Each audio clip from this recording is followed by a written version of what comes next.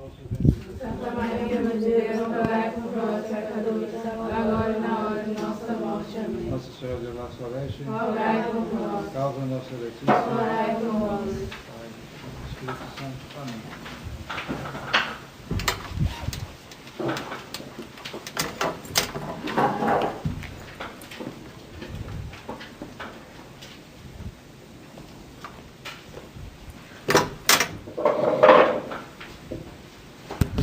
Continuação do nosso retiro, segunda palestra. Esses temas que nós estamos abordando aqui de Santo Inácio. Nós paramos na última conferência, na primeira, né? Nós paramos na questão da indiferença. Isso é algo básico, fundamental da visão de Santo Inácio de Loyola para a vida espiritual.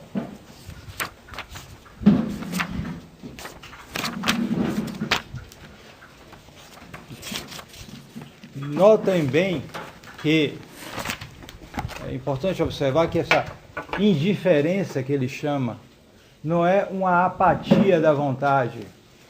Pessoas que têm um problema na vontade e que, como diz o povo, não liga para nada. Então, para ele tanto faz, isso, aquilo, ele não está nem preocupado, ele é todo tranquilão, chega o olho, está meio parado, assim, não liga para nada. Não é isso. Isso é um problema, isso não é uma qualidade. O que Santo Inácio quer ensinar aqui é o contrário. É algo que exige um grande exercício da vontade humana, porque é algo que nós temos duas grandes faculdades para a gente utilizar aqui na nossa natureza, a inteligência e a vontade.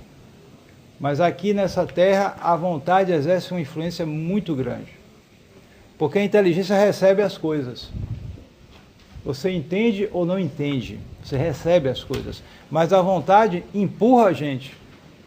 Então a pessoa que tem uma vontade forte, se ela for bem orientada, ela pode ir longe. Então é preciso desenvolver e educar a vontade humana. E hoje as pessoas estão apáticas, algumas até abúlicas. Abúlica é a pessoa que não tem vontade, é o sujeito todo mole, parado, justamente porque eles passam a vida de consumidor, eles querem aproveitar a vida, só isso. Então eles não exercem nada da parte deles de querer enfrentar as situações, etc. Eles simplesmente querem aproveitar, Então, com as distrações, com todos esses divertimentos multiplicados que estão na palma da mão, então a tendência é justamente você desenvolver uma civilização de apáticos, de gente mole que não faz nada.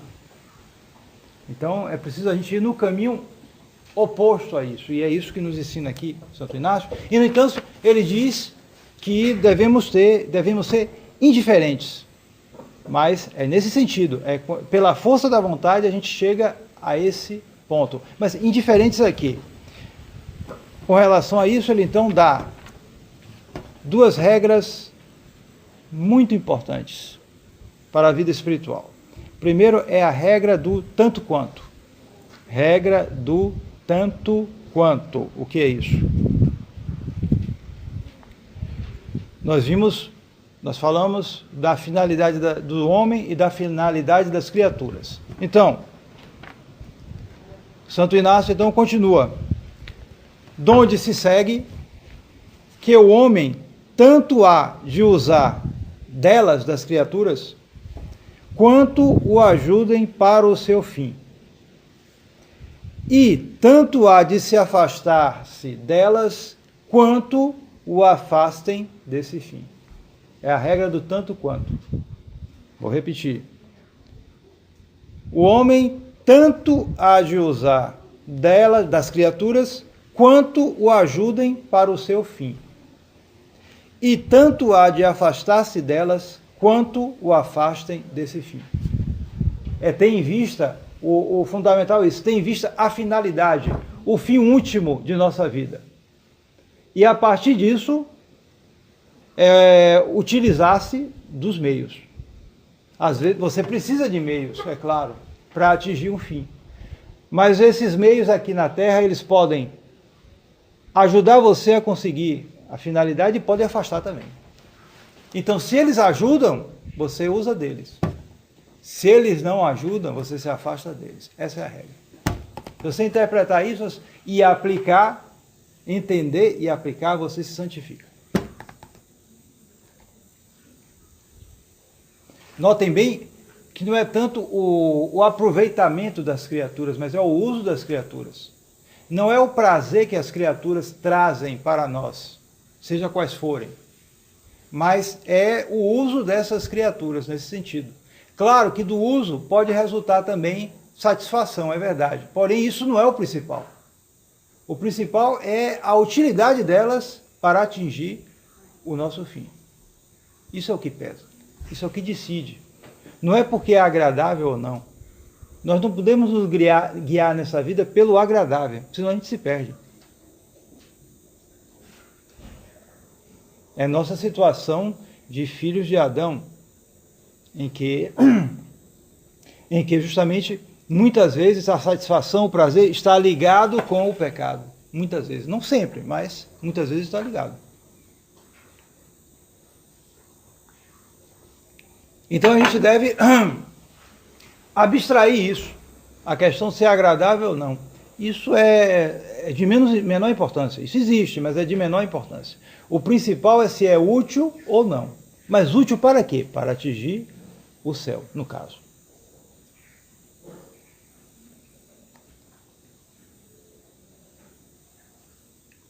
Não é, pois, o meio propriamente dito que nos move a praticar alguma ação, mas o fim que com ele pretendemos conseguir. A pessoa quer limpar uma casa. Ela precisa de quê? De uma vassoura. A vassoura é o meio que ela utiliza para limpar a casa. Agora eu pergunto, é a vassoura que move a pessoa a limpar a casa ou é a finalidade de limpar a casa? É a finalidade, evidentemente. A vassoura é só o meio, ela precisa daquilo, tá bom, então usa a vassoura. Mas não é a vassoura que vai levar, eu tenho uma vassoura, então eu vou limpar. Não, não é isso. É porque a casa está suja, está precisando limpar, então eu preciso. Por isso eu vou buscar uma vassoura para limpar a casa. Estão entendendo? É bem lógico, é simples e lógico. Por isso a força desses exercícios espirituais que converteram tanta gente, santificaram tanta gente, tiraram gente do pecado mesmo e transformaram em santos muitas vezes. Porque vai direto na pessoa, vai claro, não precisa ter grande inteligência para entender isso. Basta querer se santificar, querer mudar de vida. Os meios são postos assim, é só você usar. Agora, é preciso iniciativa da nossa parte, como sempre. E depois há a outra regra. A primeira é essa, a regra do tanto quanto. A segunda regra é a regra da indiferença. Essa é a regra propriamente da indiferença. Pelo que, diz Santo Inácio, é necessário tornar-nos indiferentes para todas as coisas criadas, em tudo o que é concedido à liberdade de nosso livre-arbítrio. E não está proibida, claro. De tal maneira que não queiramos de nossa parte mais saúde do que enfermidade, riqueza do que pobreza, honra ou desonra, desprezo, calúnia, sei lá o que é, isso, aquilo, aquilo outro. Vida longa ou vida curta. Você vai viver 100 anos ou não vai passar dos 30. E assim em tudo mais. Então, quem chega a esse ponto se santifica. Só que, falar é fácil. Viver isso no dia a dia, doença ou saúde, tá bom, então você indiferença da doença e saúde. Daqui a pouco sente uma dor aqui e já quer procurar o médico. Né? E mulher ainda mais do que homem, porque homem não gosta de médico. É mulher, então, qualquer dor, qualquer coisa já procura o médico. Está indiferente? Não está. É assim. Indiferente à honra ou à desonra. E aí saiu uma mensagem aí no zap aí, que está falando mal de você, e sua orelha começa a arder. E aí Está indiferente? Não está.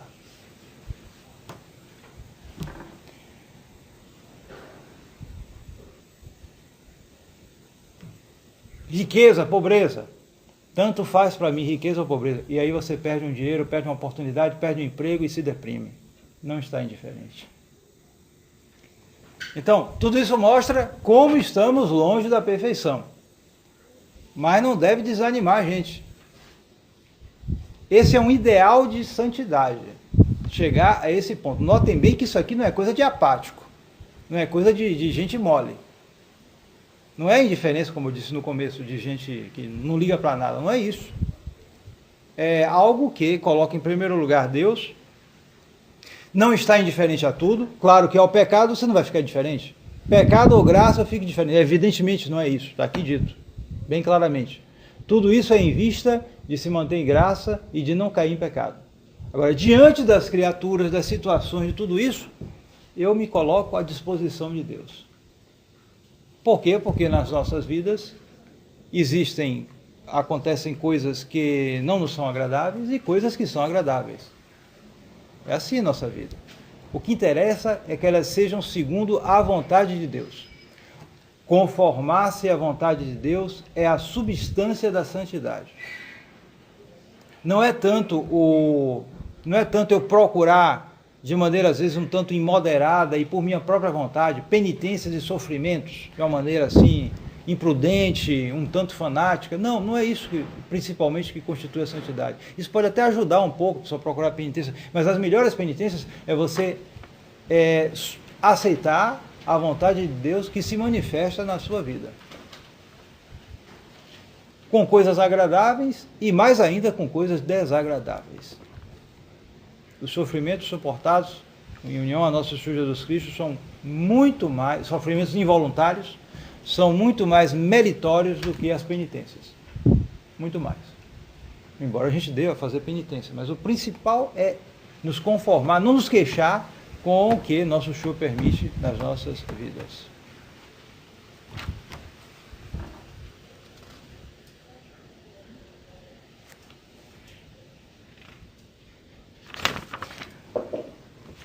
Então, que fique bem claro, não é uma insensibilidade, não é isso.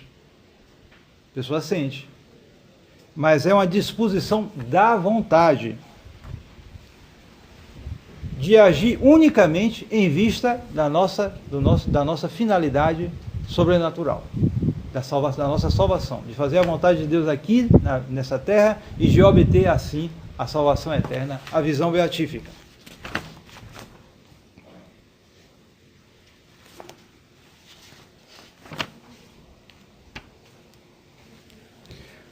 Agora, os meios para alcançar essa indiferença, esse ideal de santidade. Em outras palavras. Então, o meio proposto é o seguinte: somente desejando e escolhendo o que mais nos conduz ao fim para que fomos criados. Não basta só desejar. É preciso escolher, eleger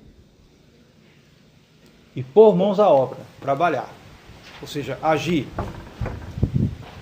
Não adianta alguém, por exemplo, raciocinar e pensar, talvez seja melhor uma vida religiosa em que eu renuncio até as coisas lícitas, como casamento, isso, aquilo, e me consagro a Deus. É interessante isso. E fica só nisso.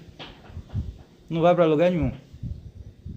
Santa Teresa de Ávila, que é outra grande santa, carmelita, ela tem uma frase célebre, em que ela diz que as boas intenções são o piso do inferno.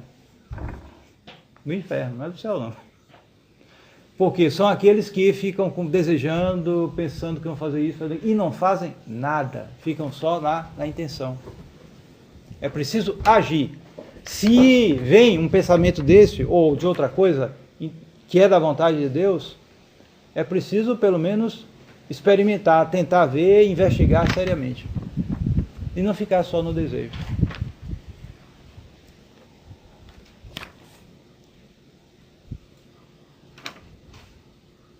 justamente desejar e escolher sempre o que mais nos conduz ao fim para que fomos criados. Ou seja, o que é mais perfeito. Alguém pode almoçar, comer bem, com sobremesa, isso, aquilo, aquilo outro. Bom, ele precisa comer, ele não vai fazer nada como o imperador romano, que eu falei de manhã, né? Então ele vai e come bem, tá certo. Mas se ele pode renunciar a uma sobremesa ou algo, isso, aquilo, e fazer uma penitência, isso não é mais perfeito? Não disporia mais a pessoa a se aproximar de Deus? Então, se ele tem essa disposição de desejar sempre o que mais conduz ao nosso fim, então ele deve não só desejar, mas deve praticar. Eis aí os princípios básicos da nossa atuação para procurar a perfeição, a santificação. E agora vamos entrar em outras meditações que vão nos ajudar a buscar isso. Por que é necessário buscar tudo isso? Justamente por causa da nossa situação atual, que é uma situação de perigo.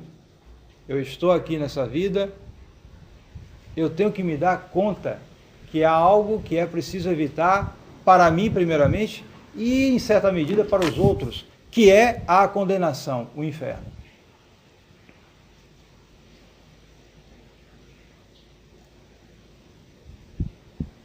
E o inferno é o castigo do pecado. E então segue-se a meditação de Santo Inácio, dos exercícios espirituais, a respeito dos 3 pecados.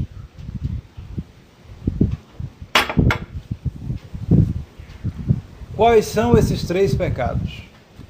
Primeiro, o pecado dos anjos. Segundo, o pecado de Adão. Terceiro, o pecado particular, os nossos pecados. Então, os 3 pecados. O pecado dos anjos, o pecado de Adão, os nossos pecados.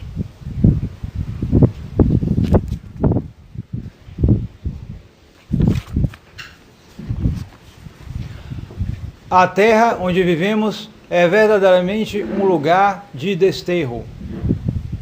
Um lugar em que não é uma passagem tranquila em que nós ficamos aqui tranquilamente e depois vamos para o céu. Não é assim. É um lugar de combate em que podemos vencer o combate ou perder o combate. E o que a Sagrada Escritura e a tradição nos ensinam, ou pelo menos supõem, é que a maioria perde o combate. Nós não sabemos exatamente quem está no inferno. A igreja declara algumas pessoas que estão no céu, mas ela não pode declarar quem está no inferno. Isso aí nós não sabemos. Mas a impressão que dá realmente de revelações particulares e a própria palavra de nosso Senhor indicam que a maioria perde esta batalha. Então só isso já deve ser um motivo para nós nos esforçarmos. Ainda existe, sim, mas hoje com essa multiplicação de universidades, mas antes existia o vestibular, hoje ainda tem em certas faculdades, né? Então o vestibular era um exame, e havia poucas universidades naquele tempo, em que para você ir para a universidade você tinha que fazer uma série de provas e que, pelo menos aqui em Salvador, na média de 10 passava 1. Certo? Então o sujeito tinha que se esforçar, tinha que estudar para ver se passava. Hoje ainda há muitos concursos aí, né? Que às vezes são de uma proporção incrível, que você tem de 100 candidatos, às vezes de 1000 candidatos, passa um só. Então o sujeito, eu sei de casos de gente que se tranca um mês no seu quarto somente para estudar. E passa ali, para ver se passa. E às vezes consegue. E quando passa, se diz que está arrumado na vida, porque, né, tem um salário bom, etc., estabilidade, tudo isso, essas coisas, né? Então, ele vai para uma situação difícil, em que ele tem muita chance de perder e pouca chance de passar. Então, o que é que ele faz? Ele se esforça terrivelmente. Então, apliquemos para o nosso caso. Nós não estamos em busca de um empreguinho que depois a pessoa vai perder, morrer. Bom, nós estamos em busca de algo eterno. Esse algo eterno não é fácil de obter. E a prova é que, segundo todas as aparências, a maioria perde. Consequência, tem que haver esforço. E por que tem que haver esforço? Porque temos que sofrer para conseguir a salvação por causa do pecado. E o pecado começou antes da história. Antes de Deus criar o homem, Deus criou os anjos.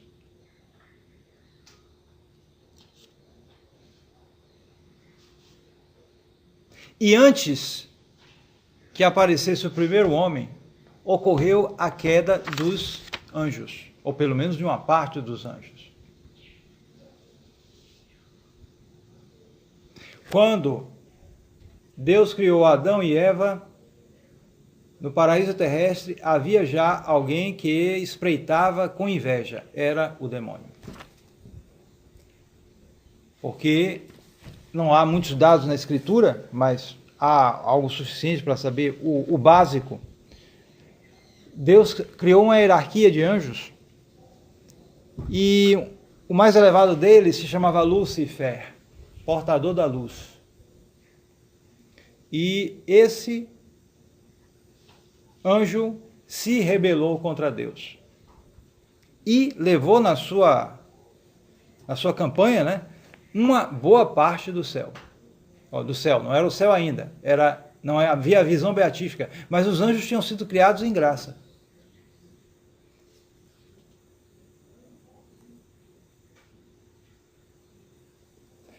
Qual foi a queda dos anjos? Qual foi o pecado dos anjos?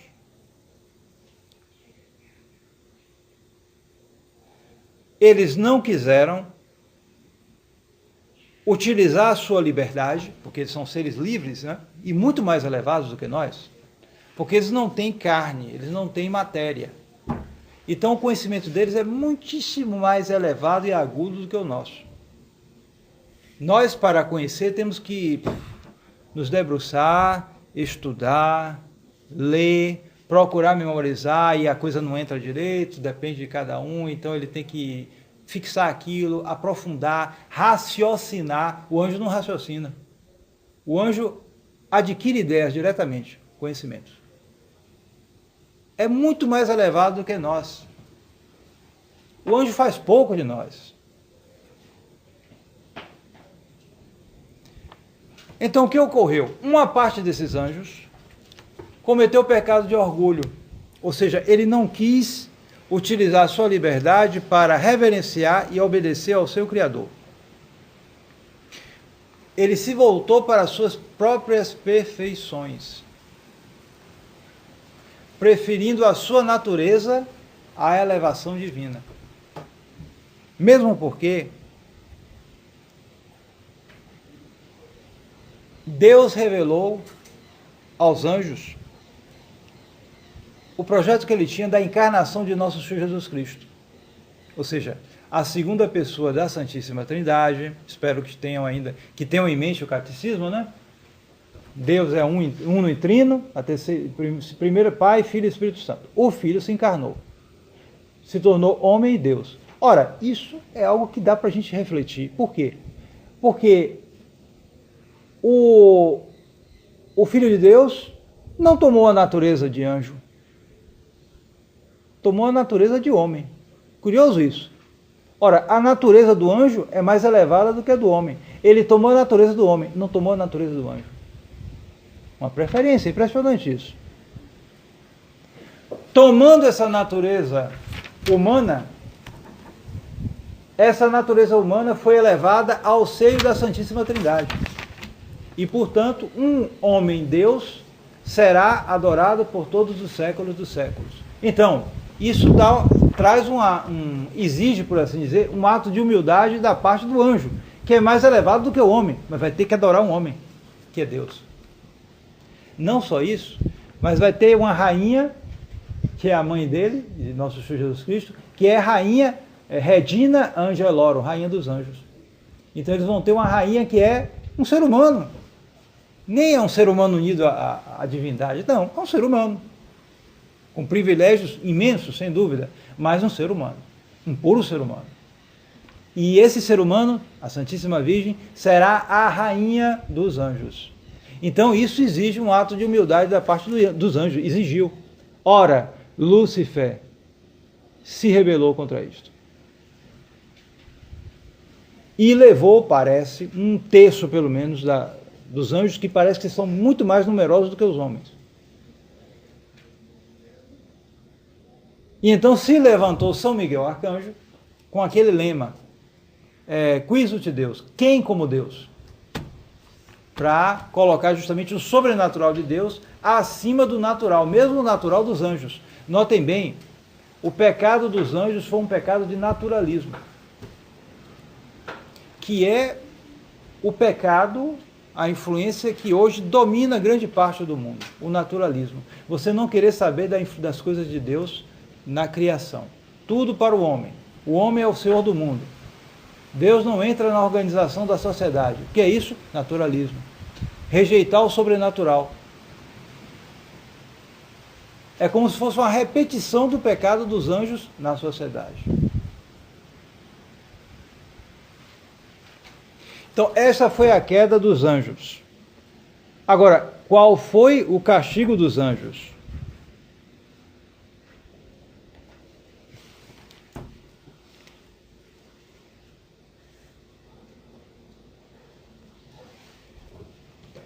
Os anjos passaram da graça para a malícia. Se diz que quanto mais elevado, maior a queda, né? A gente sabe disso. Você tomar uma queda aí na escada, pode se quebrar, mas não vai ser tanto assim. Mas se você estiver num edifício lá do alto e cair ali, é certíssimo sua morte. Certo? É muito pior. Quanto mais elevado, maior a queda. Os anjos, muito mais elevados do que nós. Então a queda deles também foi pior. E o castigo? A malícia os tornou seres extremamente maus, os que caíram, é claro.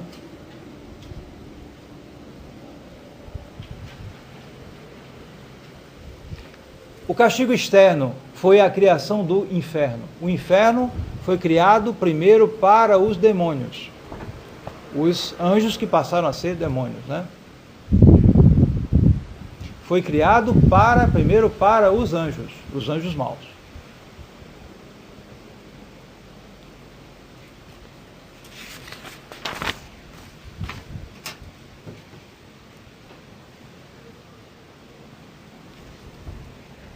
E notem bem, não houve redentor para os anjos. Reflitam isso. O amor que Deus tem pela criatura humana. Porque a criatura humana todo dia aí são bilhões e bilhões de pecados. Não é? Quantos bilhões e bilhões de pecados, desde a criação Adão e Eva até o presente dia de hoje, e quantos haverá até o fim do mundo? E no entanto, se a pessoa quiser, como acontecerá, né? Ela vai, procura o padre, se confessa, está perdoado. Para o anjo não foi assim não, foi, como diz o povo, escreveu, não leu, o pau comeu. Foi uma só. Ele se rebelou e foi imediatamente, todos os que o seguiram, precipitados nas profundezas do inferno. Durante quanto tempo? Para sempre. Estão até hoje e não sairão nunca mais.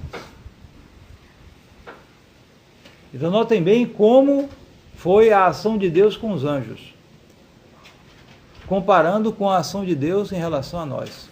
Em relação a nós foi diferente. Bom, tanto, claro que também foi por causa da diferença da natureza humana em relação à natureza angélica. Porque os anjos foram todos criados simultaneamente. Os anjos vão nascendo os homens vão nascendo por geração, depois outra geração.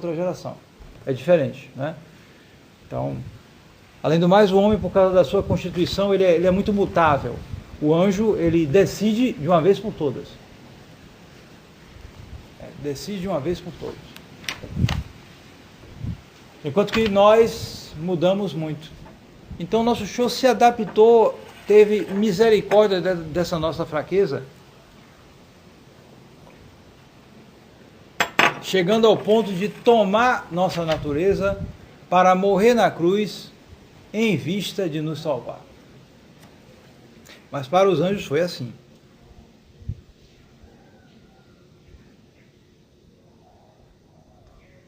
São Bernardo tem uma frase impressionante fazendo essa comparação da queda dos anjos com a nossa queda. O anjo pecou uma vez e eu muitas. O anjo pecou sem preceder castigo. Eu depois de conhecer o castigo dos anjos. O anjo pecou contra seu Criador. Eu contra meu Criador e meu Redentor. O anjo perseverou no pecado reprovado pela divina justiça. Eu continuo pecando perseguido pela divina misericórdia. O anjo pecou contra Deus que o criou, e eu contra Deus que me remiu. É mais grave, né?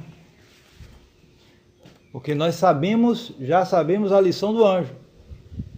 Já sabemos como apanhou o anjo, os anjos. Então era para a gente tomar vergonha e olha o que aconteceu. Tomemos cuidado. E, no entanto, fazemos, de certo modo, pior ainda do que os anjos.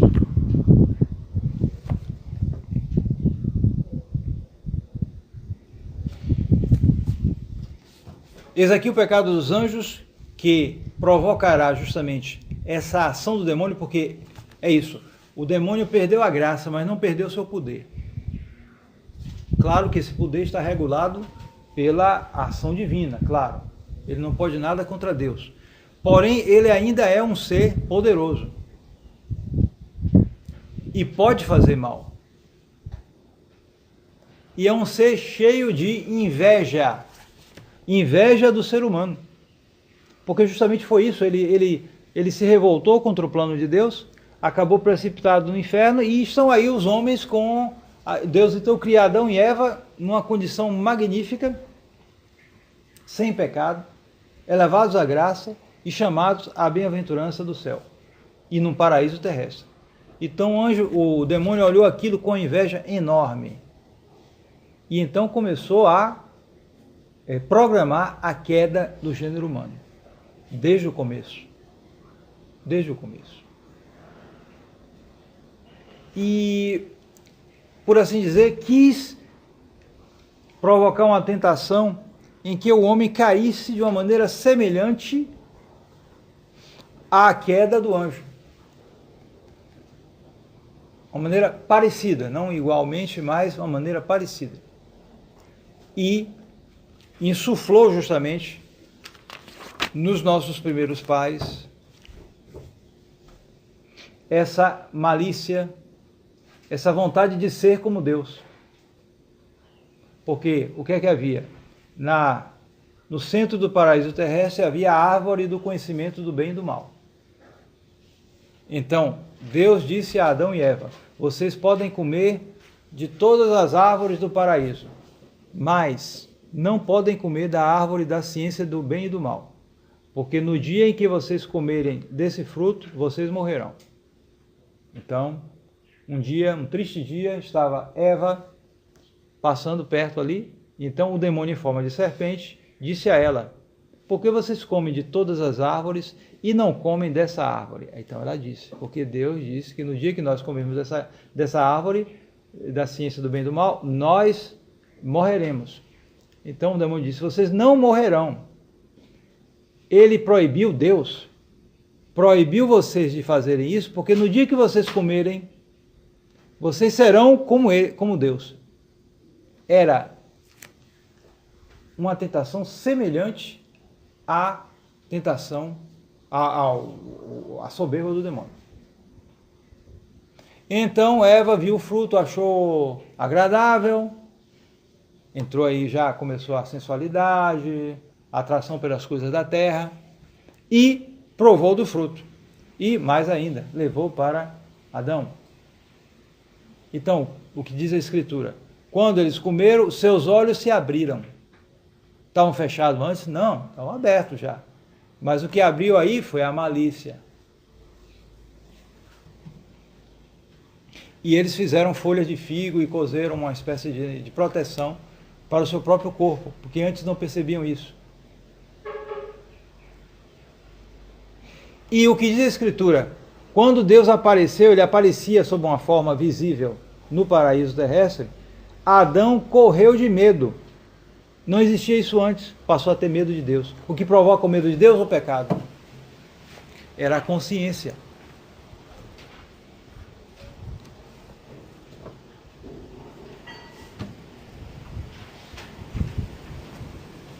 Eles tinham se escondido, não queriam aparecer na presença de Deus.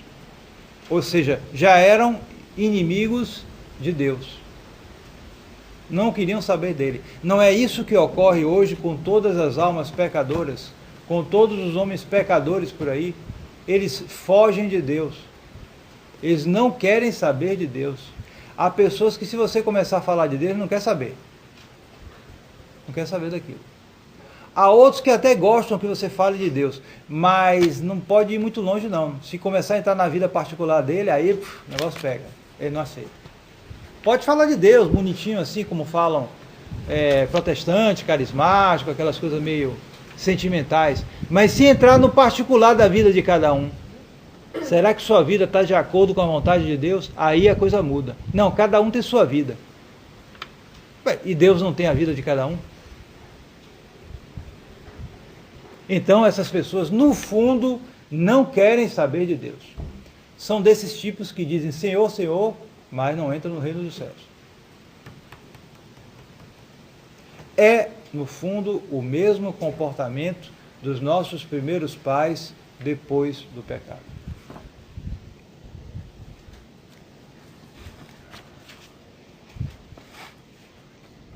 E qual foi o castigo do pecado? Primeiro, o principal foi esse: eles perderam a graça santificante. Daí diante eles estavam condenados ao inferno. Não tinham mais a participação da vida divina que dá direito à entrada no céu. Porque quando Adão e Eva foi criada, é preciso entender isso, eles foram imediatamente elevados à ordem sobrenatural. Então não existe isso de perdeu a graça, mas conservam sua natureza e podem atingir uma felicidade natural. Não. Eles perderam a graça. E com isso, perderam algo que lhes foi dado logo no começo. E todos os seres humanos que foram nascendo depois deles, por geração natural, foram herdando essa carência. Através da geração. E como a geração foi se espalhando, o pecado atingiu a todo o gênero humano. Só a Santíssima Virgem foi preservada dele.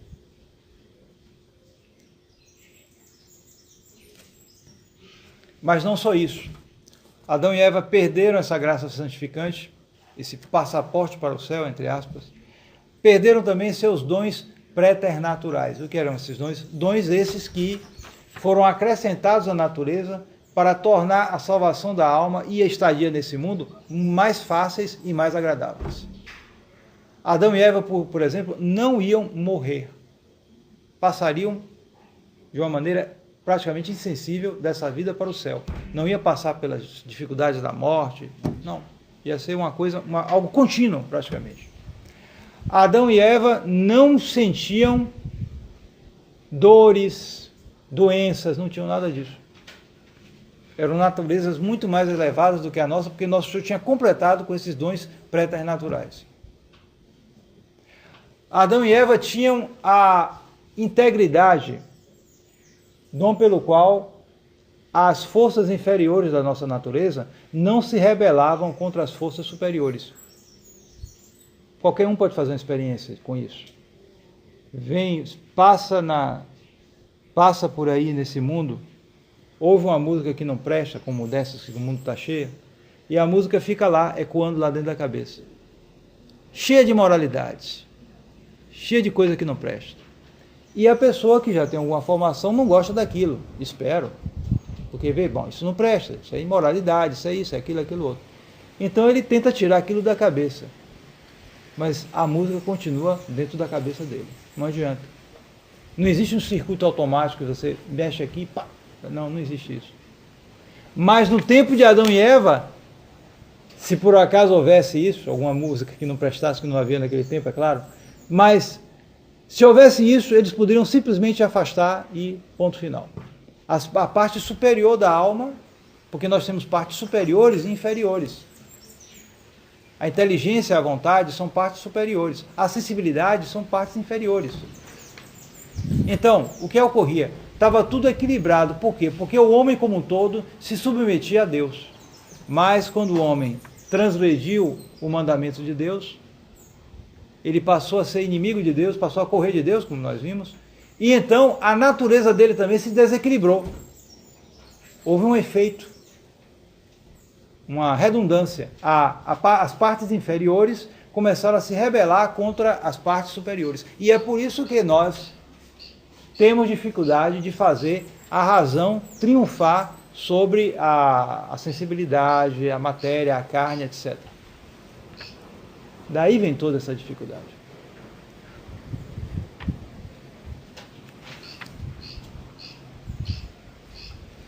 Então foram postos Adão e Eva, foram expulsos do paraíso, né?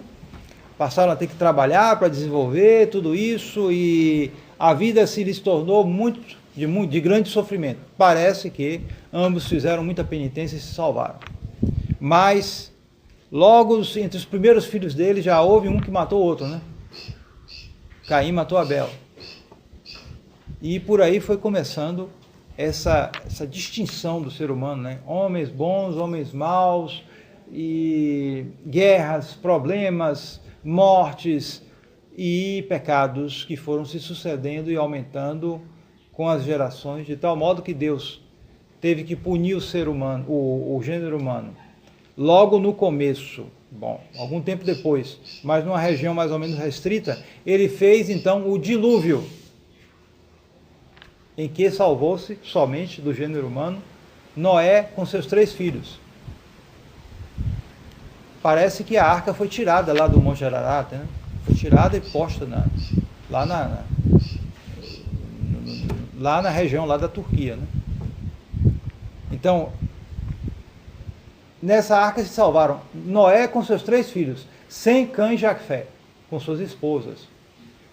Então, desses 3 nasceram depois todo o gênero humano, que se espalhou pelo mundo inteiro. Jafé parece que foi das pessoas mais brancas, de raça branca, Cã das pessoas mais negras, e Jafé e Sem dos semitas, orientais, etc. Então todo o gênero humano veio desses 3, desse tríplice casal, né? Foi se desenvolvendo. Mas justamente porque tinham se multiplicado os pecados. E depois nosso Senhor ainda fez mais, porque o gênero humano continuava entregue ao politeísmo, aos falsos deuses, ao culto dos demônios. Então reservou um povo escolhido, que foi o povo de Israel, que foi o povo preparado para que depois sua religião fosse substituída pela religião católica, que viria justamente depois que nosso Senhor viesse à Terra para salvar o mundo dos seus pecados. Então, o pecado de Adão e Eva custou justamente o sangue de um Deus. Pois bem, o terceiro pecado é o pecado particular de cada um. Porque não devemos só olhar esses pecados externos a nós, né? O pecado dos anjos, foram os anjos. O pecado de Adão, foi Adão que fez. Bom, eu felizmente fui batizado, né? Já foi tirado esse pecado, mas as fraquezas estão em você. Porque isso é o que ocorre. Com o batismo, a graça santificante nos é restituída. Mas as fraquezas que ficaram em nós do pecado original, essas permanecem. E por isso nós estamos sempre sob o risco de cair em pecado. E por isso a gente tem que parar, não só para olhar os pecados externos, mas para olhar os nossos. Porque seremos condenados ao inferno ou salvos, a depender dos nossos pecados ou das nossas virtudes. Nosso Senhor fará nosso julgamento particular no dia de nossa morte.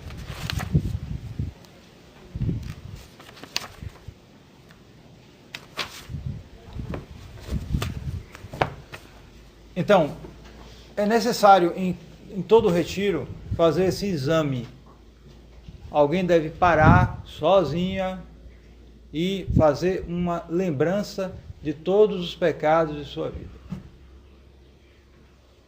Desde a idade da razão, em que começou a perceber o que era bem e mal, até o dia de hoje. Um exame muito honesto diante de Deus, sua vida, sempre com essa certeza de que boa parte desses pecados certamente ninguém viu nada, só você. Mas Deus viu tudo. Tudo que se passou em nossas vidas de errado, Deus viu tudo com absoluta certeza. Com mais claridade do que você mesmo viu. E Ele tem tudo na sua conta.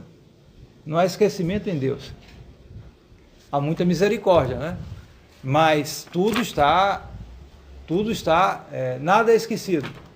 De tal maneira que se diz que no dia do julgamento final, porque há o julgamento particular e o julgamento final. O julgamento final vai ratificar e publicar o julgamento particular. Não vai mudar nada. Não existe isso de dizer que foi julgado, condenado no julgamento particular, mas no fim do mundo vai ser perdoado. Nada disso. Se é condenado depois da morte, não tem retorno.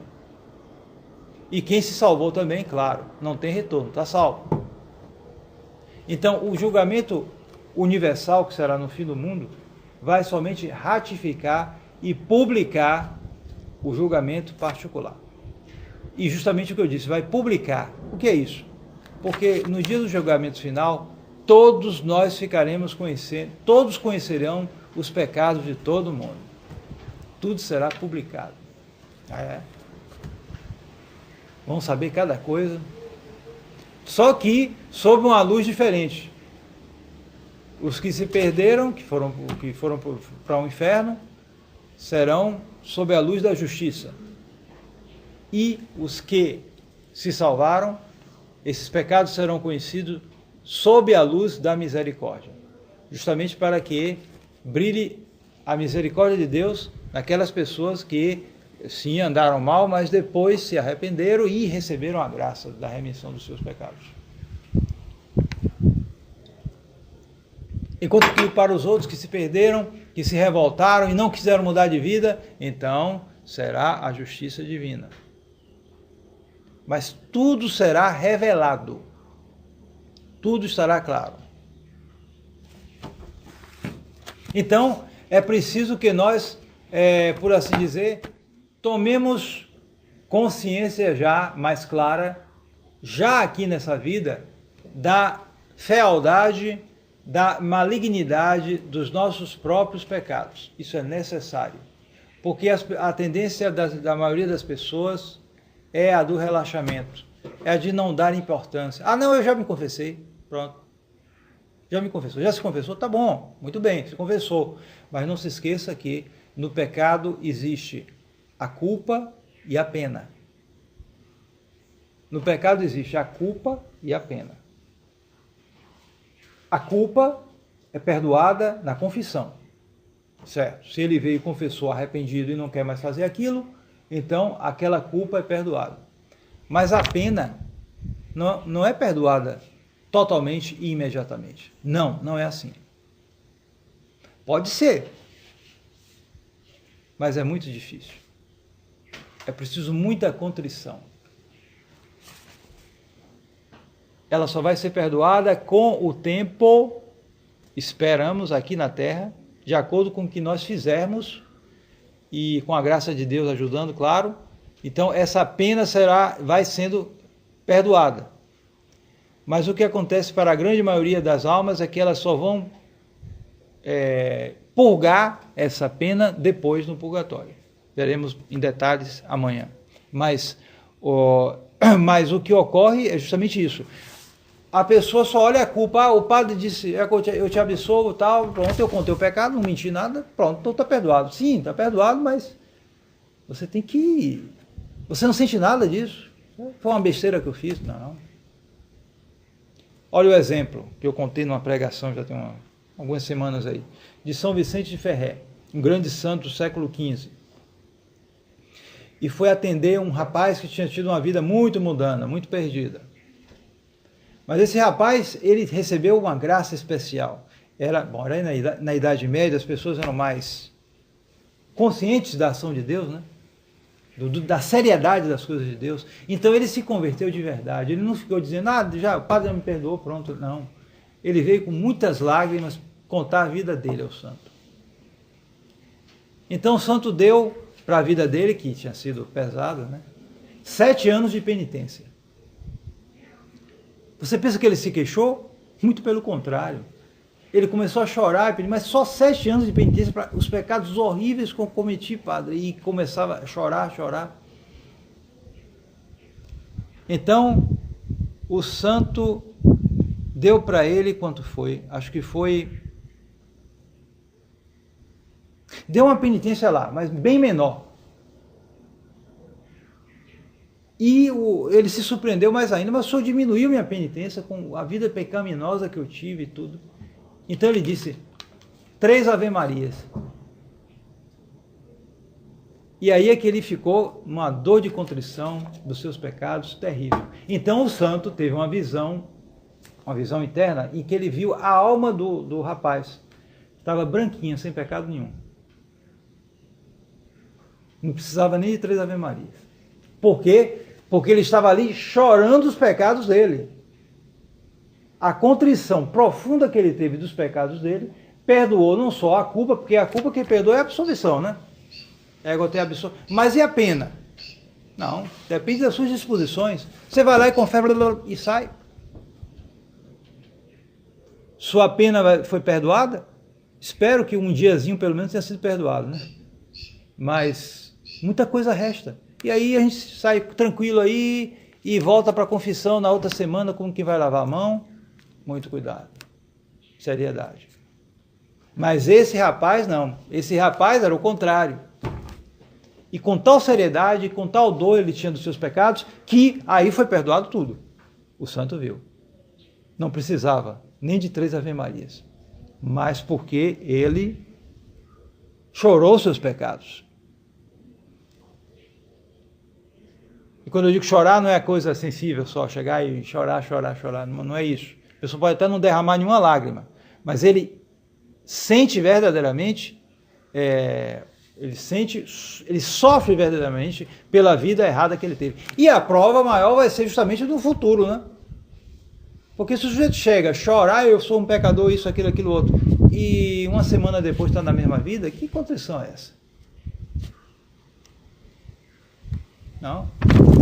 Ele vai mostrar a contrição dele na mudança de vida dele. Ele pode não derramar uma lágrima, pode contar os pecados dele em retotando. Padre, eu fiz aquilo, outro. Isso é o de menos. O que importa é a vida que ele vai levar depois. E aí, mudou de vida? O que ele fazia antes não está fazendo mais e agora está praticando a atitude? Basta, não precisa de choro.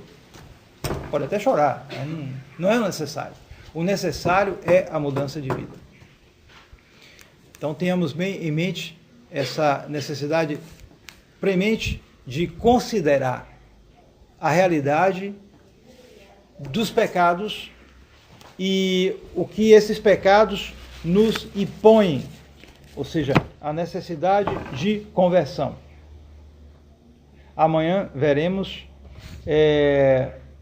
o resultado, digamos assim, desses pecados. Pecados dos anjos, pecados dos nossos primeiros pais e nossos pecados pessoais. Se nós nos convertemos, se nós continuamos nessa vida, se nós não levamos a sério, se nós levamos a sério e procuramos nos emendar e lutamos contra as tendências más, tudo isso pode nos levar ao inferno, ao paraíso ou ao purgatório. Veremos então amanhã.